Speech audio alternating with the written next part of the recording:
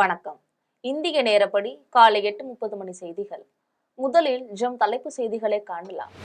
பெரியார் பிறந்த நாளையொட்டி திமுகவை முப்பெரும் விழா. நாளை கரூருக்கு செல்கிறார் முதலமைச்சர் மு.க.ஸ்டாலின். திமுக அரசு தேர்தல் வாக்குறுதிகள் நிறைவேற்ற முடியாமல் போனதற்கு மத்திய அரசே காரணம் என்று வைகோ குற்றச்சாட்டு. வருகின்ற சட்டப்பேரவை தேர்தலில் திமுகவுடன் கூட்டணி மதிமுக அறிவிப்பு. இந்தியா அமெரிக்கா இடையே மீண்டும் வர்த்தக பேச்சுவார்த்தை. அமெரிக்க வர்த்தக துணை பிரதிநிதி பிரிண்டன் லின்ச் இந்தியாவுக்கு வருகை. வளிமண்டல கீழடுக்கு சுழற்சி காரணமாக அதிகாலை முதலே சென்னையில் கனமழை. இடி மின்னலுடன் கூடிய லேசானது முதல் மிதமான மழைக்கு வாய்ப்பு என சென்னை வானிலை ஆய்வு மையம் அறிவிப்பு. இனி விரிவான செய்திகளை காணலாம். கரூரில் நடைபெறவுள்ள திமுக முப்பெரும் விழாவிற்கு முதலமைச்சர் மு.க.ஸ்டாலின் நாளை செல்ல உள்ளார். கரூர் மாவட்டம் கோடங்கிப்பட்டியில் வருகின்ற 17ஆம் தேதி பெரியார் பிறந்த நாளையொட்டி திமுகவின் முப்பெரும் விழா நடைபெற உள்ளது. இந்நிலையில் விழாவிற்காக 50 ஏக்கர் நிலத்தில் பிரம்மாண்டமாக மேடை அமைக்கப்பட்டுள்ளது. இந்த விழாவில் முதலமைச்சர் மு.க.ஸ்டாலின் பங்கேற்பதற்காக சென்னை விமான நிலையத்திலிருந்து தனி விமானம் மூலமாக திருச்சி செல்கிறார். பின்னர் அவர் கார் மூலமாக கரூர் தாந்தோணி மலையில் உள்ள அரசு சுற்றுலா மாளிகையில் சிறிது நேரம் ஓய்வெடுக்க உள்ளார். இதனைத் தொடர்ந்து அவர் மாலை 4 மணிக்கு முப்பெரும் விழா நடைபெறும் மேடைக்கு வருகை தர உள்ளார். பின்னர் முதலமைச்சர் மு.க.ஸ்டாலின் வருகையொட்டி கரூரில் காவல்துறையினர் பலத்த பாதுகாப்பு பணியில் ஈடுபட உள்ளனர். மேலும் இந்த விழாவில் துணை முதலமைச்சர் உதயநிதி, அமைச்சர்கள், சட்டமன்ற உறுப்பினர்கள் உள்ளிட்ட கட்சி நிர்வாகிகள், பொதுமக்கள் என பலர் கலந்து கொள்ள உள்ளனர். 2026ஆம் ஆண்டு சட்டப்பேரவை தேர்தலில் திமுக தலைமையிலான கூட்டணி என மதிமுக பொதுச் செயலாளர் வைகோ தெரிவித்தார். திருச்சி மாவட்டம் சிறுகனூரில் பேரறிஞர் அண்ணாவின் பிறந்த நாளையொட்டி மதிமுக சார்பில் மாநாடு நடைபெற்றது. இதில் மதிமுக பொதுச் செயலாளர் வைகோ, மக்களவை உறுப்பினர் துரை வைகோ மற்றும் கட்சி நிர்வாகிகள், தொண்டர்கள் கலந்து கொண்டனர். இந்த மாநாட்டில் வைகோ பேசிய போது, எந்த தடையையும் பொருட்படுத்தாது மதிமுக பயணித்துக் கொண்டே இருக்கும் என்றும், டாக்டர் அம்பேத்கர் படத்தை நாடாளுமன்ற மைய மண்டபத்தில் திறந்து வைக்க காரணமாக இருந்தது மதிமுக என்றும் தெரிவித்தார். இதனைத் தொடர்ந்து முதல்வர் மு.க.ஸ்டாலின் தலைமையிலான திமுக அரசு தேர்தலின் போது கொடுத்த வாக்குறுதிகளை பெரும்பாலும் நிறைவேற்றிவிட்ட நிலையில் சில வாக்குறுதிகள் நிறைவேற்ற முடியாமல் போனதற்கு மத்திய அரசு இடையில் நிற்பதுதான் காரணம் என்று குற்றம் சாட்டியுள்ளார். மேலும் 2026ஆம் ஆண்டு சட்டப்பேரவை தேர்தலில் திமுக தலைமையிலான கூட்டணி வெற்றிக்கு மதிமுக உழைக்கும் என்றும் கூறினார். இந்தியா அமெரிக்கா இடையே மீண்டும் வர்த்தக பேச்சுவார்த்தை இன்று தொடங்க உள்ளது. அமெரிக்க அதிபர் டொனால்ட் ட்ரம்ப் இந்தியாவுடனான உறவு சிறப்பானது என்றும், விரைவில் இந்தியாவுடன் வர்த்தக பேச்சுவார்த்தை நடைபெறும் எனவும் கூறினார். இந்த கருத்தை பிரதமர் நரேந்திர மோடி வரவேற்றார். இந்நிலையில் இந்தியா அமெரிக்கா இருதரப்பு வர்த்தக ஒப்பந்த பேச்சுவார்த்தை இன்று தொடங்குகிறது. இந்த இருதரப்பு பேச்சுவார்த்தைக்காக அமெரிக்க வர்த்தக துணை பிரதிநிதி பிரெண்டன் லின்ச் இந்தியாவுக்கு வருகை தர உள்ளார். இதன் பின்னர் இந்திய சார்பில் மத்திய வர்த்தகத்துறை அமைச்சகத்தின் சிறப்பு செயலாளர் ராஜேஷ் அகர்வால் இவரிடையே பேச்சுவார்த்தை நடத்த உள்ளார். மேலும் இந்த பேச்சுவார்த்தையில் ஒப்பந்தத்தை இறுதி செய்வது தொடர்பான முடிவு எட்டப்பட வாய்ப்புள்ளதாகவும் அமைச்சகம் தெரிவித்துள்ளது. சென்னை மற்றும் புறநகர் பகுதிகளில் வளிமண்டல கீழடுக்கு சுழற்சி காரணமாக விடிய விடிய கனமழை கொட்டி தீர்த்தது. தென்கிழக்கு வங்கக்கடல் பகுதிகளில் மேல் ஒரு வளிமண்டல கீழடுக்கு சுழற்சி நிலவுகிறது.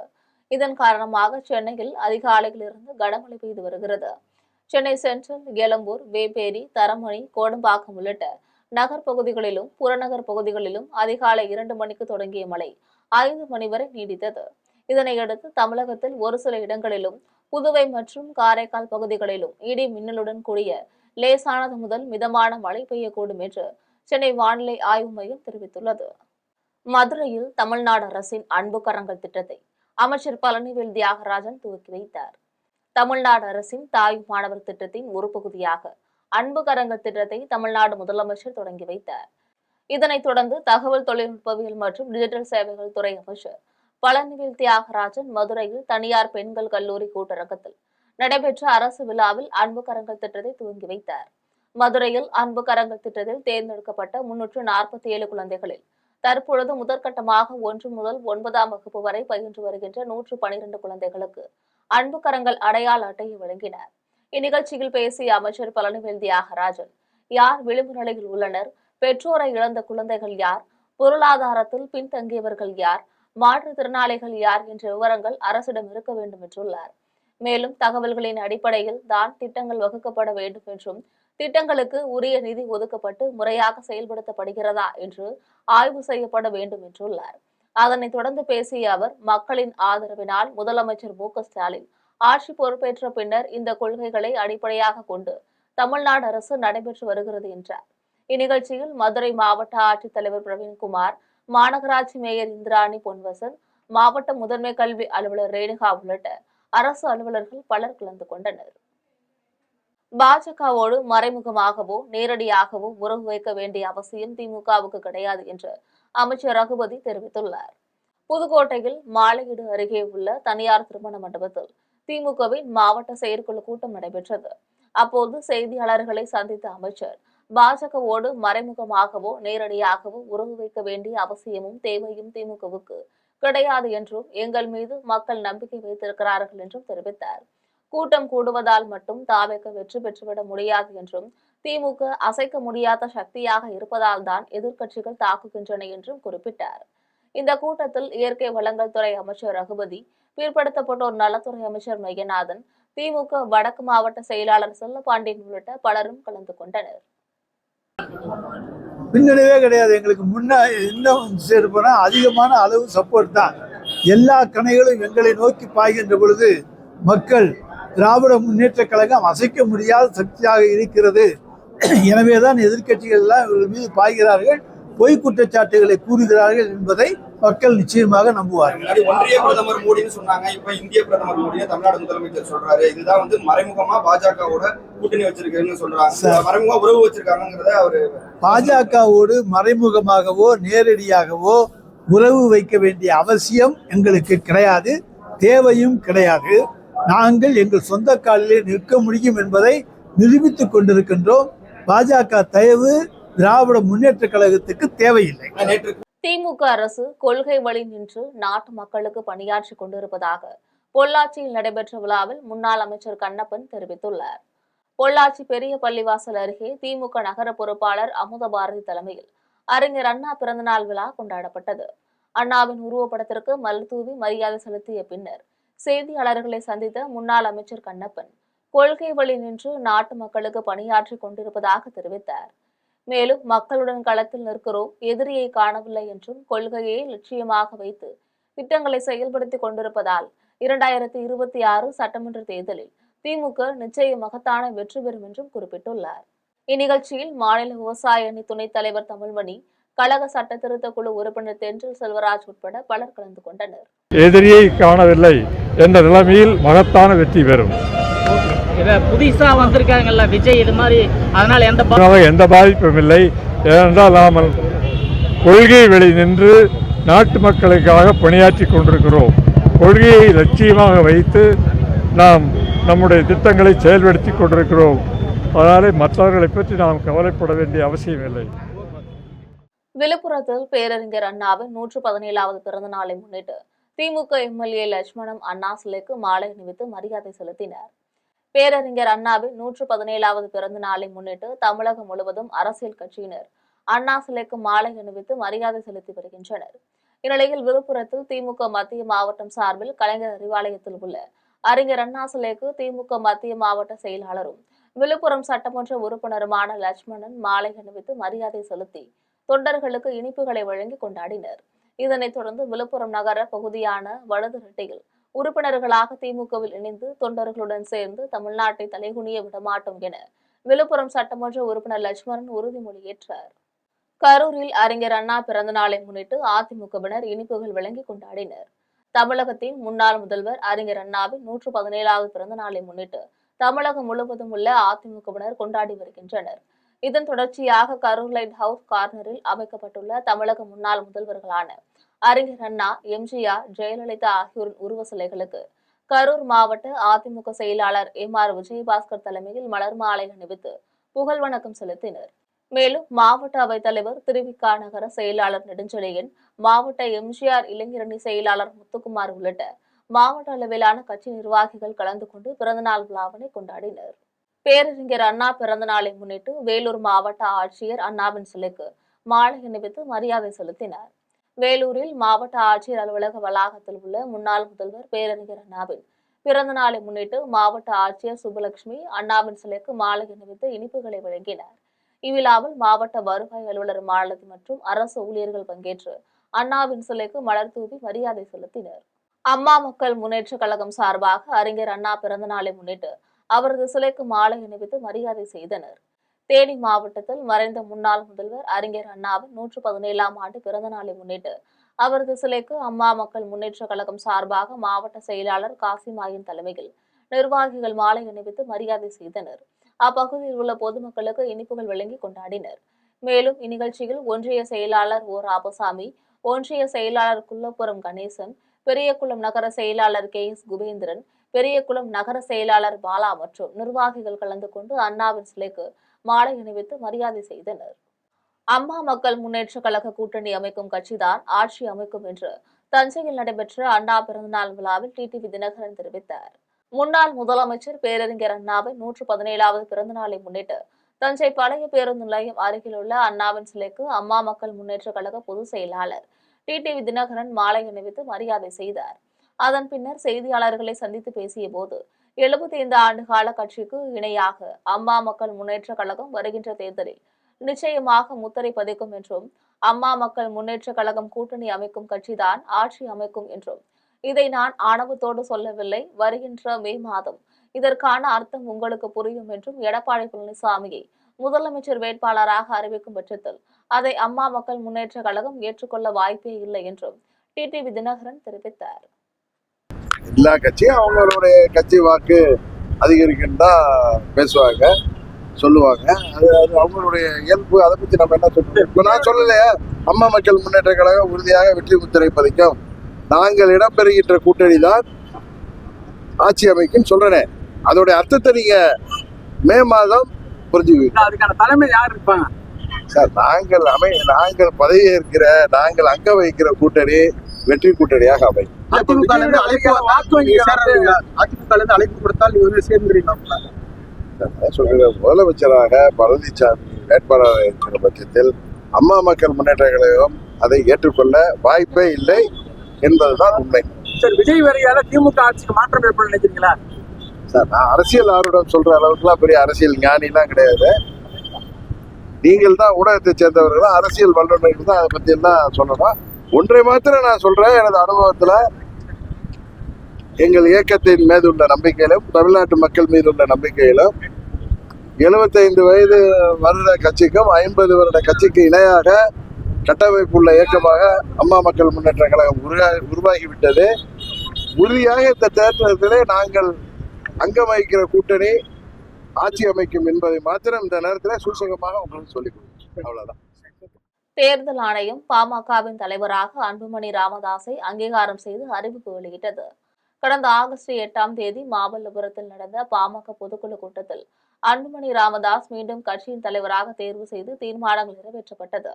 தீர்மானத்தை பரிசீலித்த தேர்தல் ஆணையம் பாமகவின் தலைவராக அன்புமணி ராமதாஸை அங்கீகாரம் செய்து அறிவிப்பு வெளியிட்டதால் பாமகவினர் கொண்டாடினர்.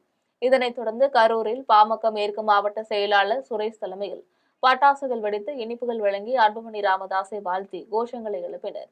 இதில் கட்சியின் மாநகர செயலாளர் ராக்கி முருகேசன், மாவட்ட அமைப்பு செயலாளர் குணசீலன், மாநில செயற்குழு உறுப்பினர் ஞானசேகரன் உள்ளிட்ட கட்சி நிர்வாகிகள் கலந்து கொண்டனர். இதேபோல் கரூர் மாவட்ட ஆட்சியர் அலுவலகம் அருகில் கரூர் கிழக்கு மாவட்ட செயலாளர் பிரேம்நாத் தலைமையில் பொதுமக்களுக்கு இனிப்புகள் வழங்கி கொண்டாடினர். ராமநாதபுரத்தில் தாய் மாணவர் திட்டத்தின் ஒரு பகுதியாக அன்பு கரங்கள் திட்டம் துவங்கப்பட்டு உதவித்தொகை வழங்கப்பட்டது. ராமநாதபுரம் மாவட்ட ஆட்சியர் அலுவலகத்தில் தாய் மாணவர் திட்டத்தின் ஒரு பகுதியாக அன்பு கரங்கள் திட்டம் துவங்கப்பட்டது. இந்த திட்டத்தின் மூலமாக 18 வயது முடியும் வரை இடைநில்லாமல் படிப்பதற்கு மாதந்தோறும் 2000 ரூபாய் வழங்கப்படுவதுடன் கல்லூரி படிப்பையும் அரசே ஏற்றுக்கொள்ளும். இதன் மூலமாக ராமநாதபுரம் மாவட்டத்தில் மட்டும் 221 குழந்தைகள் பயனடைந்தனர். மாவட்ட ஆட்சியர் சிம்ரன்ஜித் சிங் காலோன் தலைமையில் நடைபெற்ற இவ்விழாவினை ராமநாதபுரத்தில் வனம் மற்றும் சுகாதாரத்துறை அமைச்சர் ராஜா கண்ணப்பன் தொடங்கி வைத்து பயனாளிகளுக்கு நலத்திட்ட உதவிகளையும் அடையாள அட்டைகளையும் வழங்கினார்.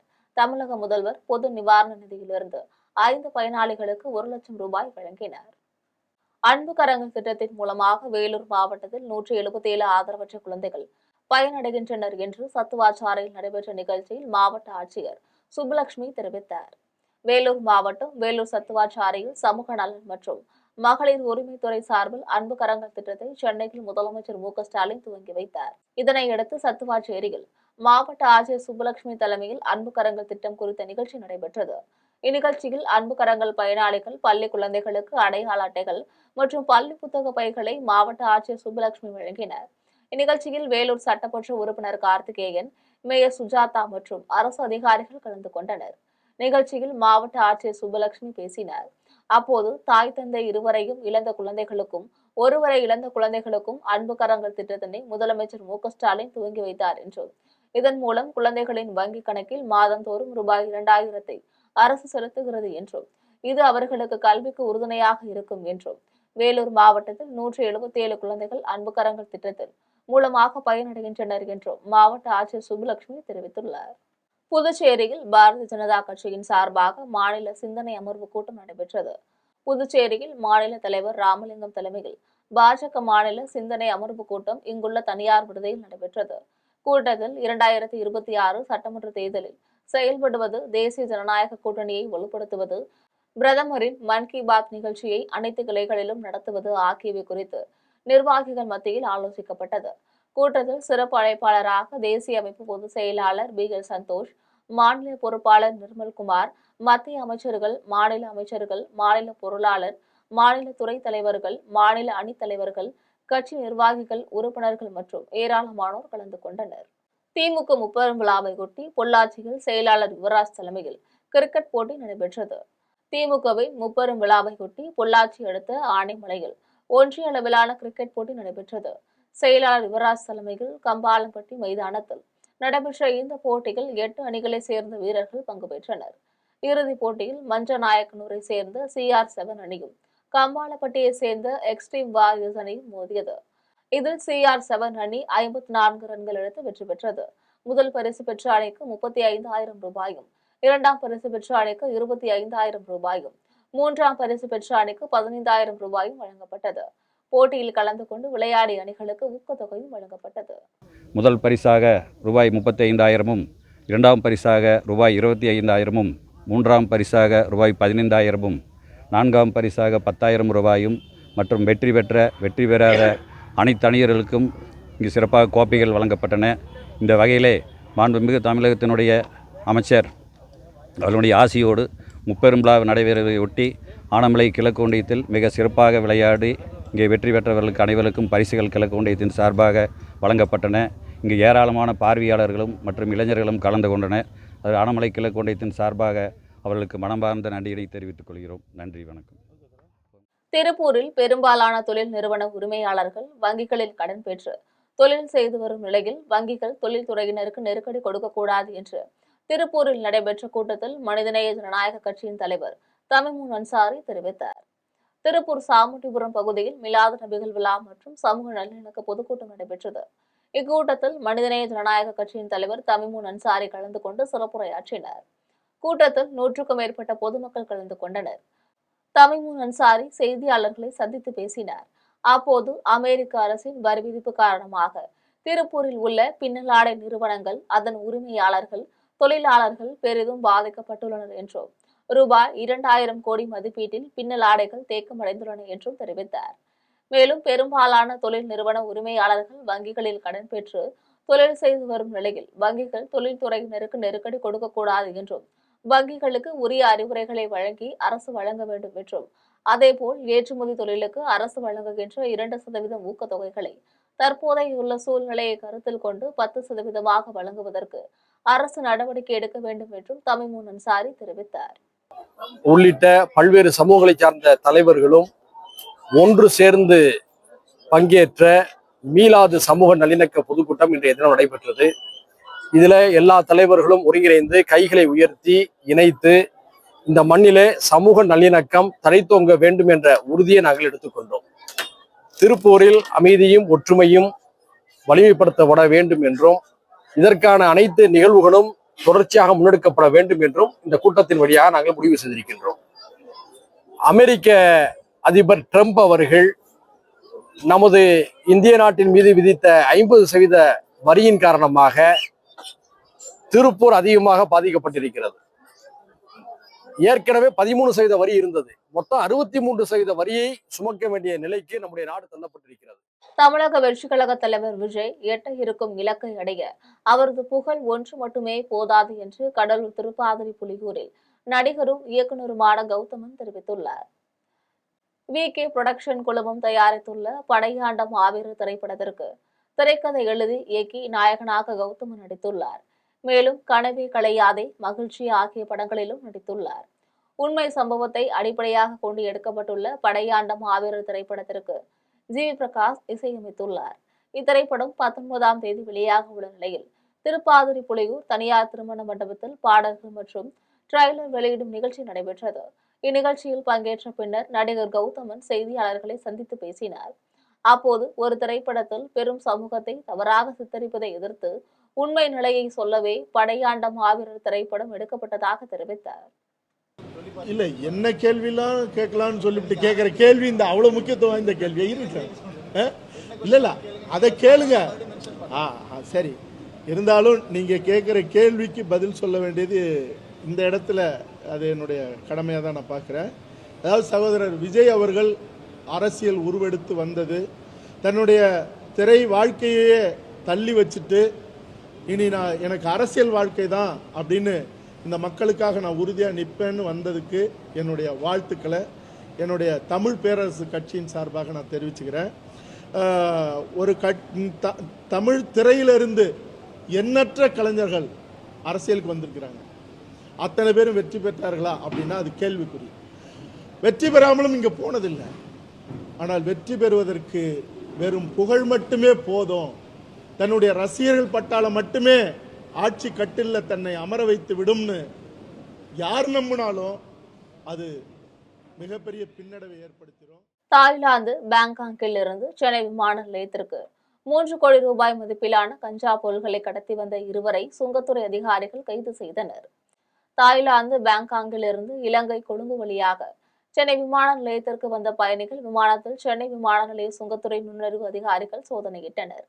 அப்போது டிராலியில் சூட்கேஸுடன் வந்த வடமாநில வாலிபர் மீது சுங்கத்துறை அதிகாரிகளுக்கு சந்தேகம் ஏற்பட்டது. இதனையடுத்து அவரை விசாரித்த போது முன்னுக்கு பின் முரணாக பதில் பேசியுள்ளார். அதன் பின்னர் சூட்கேஸை பரிசோதித்த போது எதுவும் இல்லை என தெரிய வந்தது. அதே விமானத்தில் வந்த மற்றொரு வடமாநில வாலிபரை நிறுத்தி விசாரித்ததுடன் அவரது உடைமைகளை சோதனை செய்த போது ரூபாய் 3 கோடி மதிப்பீட்டில் 12 பாக்கெட்டுகளில் 3 கிலோ கஞ்சா இருந்தது தெரிய வந்தது. இதனையடுத்து 3 கிலோ கஞ்சாவை பறிமுதல் செய்த காவல்துறையினர் கஞ்சா கடத்தி வந்த இருவரை கைது செய்தனர். இத்துடன் ஜம் செய்திகள் நிறைவடைகின்றன. பெரியார் பிறந்த நாளையொட்டி திமுகவை கூப்பரும் விழா. நாளை கரூருக்கு செல்கிறார் முதலமைச்சர் மு.க. ஸ்டாலின். திமுக அரசு தேர்தல் வாக்குறுதிகள் நிறைவேற்ற முடியாமல் போனதற்கு மத்திய அரசே காரணம் என்று வைகோ குற்றச்சாட்டு. வருகின்ற சட்டப்பேரவை தேர்தலில் திமுகவுடன் கூட்டணி மதிமுக அறிவிப்பு. இந்தியா அமெரிக்கா இடையே மீண்டும் வர்த்தக பேச்சுவார்த்தை. அமெரிக்க வர்த்தக துணை பிரதிநிதி பிரிண்டன் லின்ஸ் இந்தியாவுக்கு வருகை. வளிமண்டல கீழடுக்கு சுழற்சி காரணமாக அதிகாலை முதலே சென்னையில் கனமழை.